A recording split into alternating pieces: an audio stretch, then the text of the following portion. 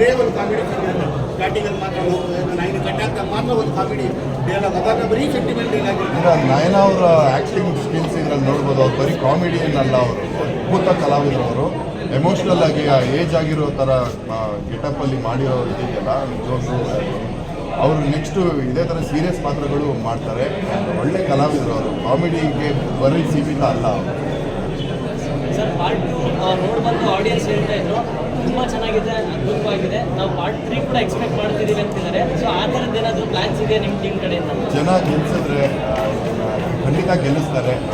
ಇನ್ನೂ ಚೆನ್ನಾಗಿ ಇನ್ನಷ್ಟು ಸಪೋರ್ಟ್ ಸಿಗಲಿ.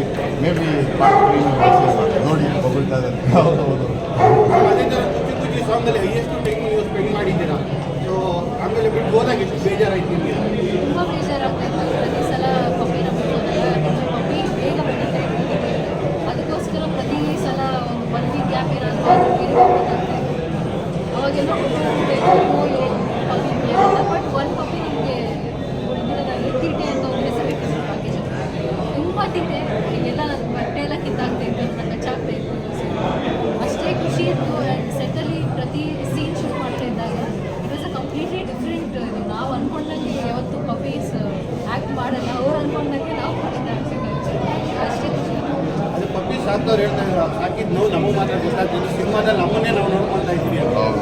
ಆ್ಯಂಡ್ ಸಿಂಬಾ ಬಂಟಿ ಪರ್ಫಾರ್ಮೆನ್ಸ್ ನಾನು ನಿಜವಾಗ್ಲೂ ಹೇಳ್ತೀನಿ, ಸ್ವಾಮಿ ಅವ್ರಿಗೆ ಕ್ರೆಡಿಟ್ ಕೊಡ್ತೀನಿ. ಯಾಕಂದರೆ ಫಸ್ಟ್ ಹಾಫಲ್ಲಿ ಸಿಂಬಾ ಹುಷಾರಿಲ್ಲದೆ ಇರುವಾಗ ನೀವು ನೋಡ್ಬೋದು ಎಷ್ಟು ಚೆನ್ನಾಗಿ ಅವ್ನು ನಡೆಯೋ ಸ್ಟೈಲ್ ಆಗ್ಬೋದು, ಅವನು ಫೇಸ್ ಎಕ್ಸ್ಪ್ರೆಷನ್ ಆಗ್ಬೋದು, ಎಲ್ಲ ಹುಷಾರಿಲ್ಲದೆ ಇರೋದು ಸಕ್ಕದಾಗಿ ಬಂದಿದೆ. ಅದು ನಾನು ನೆನ್ನೆ ಸ್ವಾಮಿ ಅವ್ರನ್ನ ಕೇಳಿದೆ, ಹಿಂಗೆ ಮಾಡಿಸಿದ್ರಿ ಬ್ರೋ ಇದು ಅಂದರೆ, ಎಲ್ಲ ಗಾಡ್ಸ್ ಗ್ರೇಸು ಬ್ರೋ, ಅವ್ನು ಮಾಡ್ದ ಅಷ್ಟೇ, ನಾವು ಬರೀ ವಿಟ್ನೆಸ್ಸು ಅಂದರು. ಅದು ನಿಜವಾಗ್ಲೂ ಬ್ಲೆಸ್ಸಿಂಗ್. ಆ್ಯಂಡ್ ಬಂಟಿದು ಅಷ್ಟೇ, ಆ ಕ್ಯೂಟ್ನೆಸ್ಸು, ಅವ್ನು ಕೆಲವು ಎಕ್ಸ್ಪ್ರೆಷನ್ ಕೊಟ್ಟಿರೋದು, ಆ್ಯಂಡ್ ಡೈಲಾಗ್ ಹೇಳ್ತಾ ನನಗೆ ರಿಯಾಕ್ಟ್ ಮಾಡಿರೋದು, ರಚನಾ ಅವ್ರ ಜೊತೆ ರಿಯಾಕ್ಟ್ ಮಾಡಿರೋದು, ಇದೆಲ್ಲ ನಾವು ಮಾಡ್ಸೋಕ್ಕಾಗಲ್ಲ, ಅವರೇ ಮಾಡಿರೋದು. ಇದು ಒಂಥರ ಅವರು ಬ್ಲೆಸ್ಸಿಂಗ್ ಕೊಟ್ಟಿರೋದು ಸಿನಿಮಾಗೆ ಅಂತ ಹೇಳ್ತಾರೆ. Thank you sir. ಆಡಿಯನ್ಸ್ ಏನು ಹೇಳ್ತೀರಾ ಆ ಸಿನಿಮಾ ರಿಲೀಸ್ ಆಗಿದೆ, ಇನ್ನೂ ನೋಡದಿರೋ?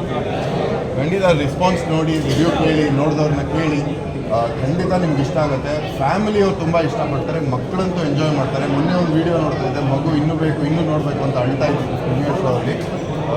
ಮಕ್ಳಿಗೆ ಇದು ಒಳ್ಳೆ ಟ್ರೀಟ್ ಡೆಫಿನೆಟ್ಲಿ. ಆ್ಯಂಡ್ ತುಂಬ ನಗ್ಸುತ್ತೆ, ಅಳಿಸುತ್ತೆ, ಯಾರಿಗೇ ಆಗಿ. ಪೆಟ್ ಲವರ್ಸ್ ಅಂತೂ ಮಿಸ್ ಮಾಡೋಂಗೇ ಇಲ್ಲ.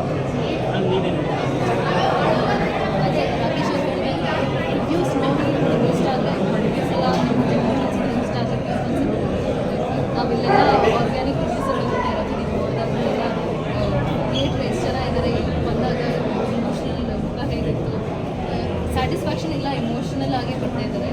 ಸೊ ನೀವು ರಿವ್ಯೂಸ್ ನೋಡಿ ನಿಮ್ಗೆ ಇಷ್ಟ ಆದರೆ ಪ್ಲೀಸ್ ಬಂದು ಸಿನಿಮಾ ನೋಡಿ. ಮನೆಯಲ್ಲಿ ಮಕ್ಕಳಿಗೂ ಬಂದು ಸಿನಿಮಾ ನೋಡಿ, ಇಟ್ಸ್ ಕಂಪ್ಲೀಟ್ ಫ್ಯಾಮಿಲಿ ಫ್ರೆಂಡ್ಲಿ, ಎಲ್ಲರಿಗೂ ಇಷ್ಟ ಆಗ್ತಾಯಿದೆ. ಸೊ ನಿಮಗೂ ಇಷ್ಟ ಆಗುತ್ತೆ. Thank you. All the best. Thank you. ನಿಮಗೂ ನಿಮ್ಮ cinema all the best sir.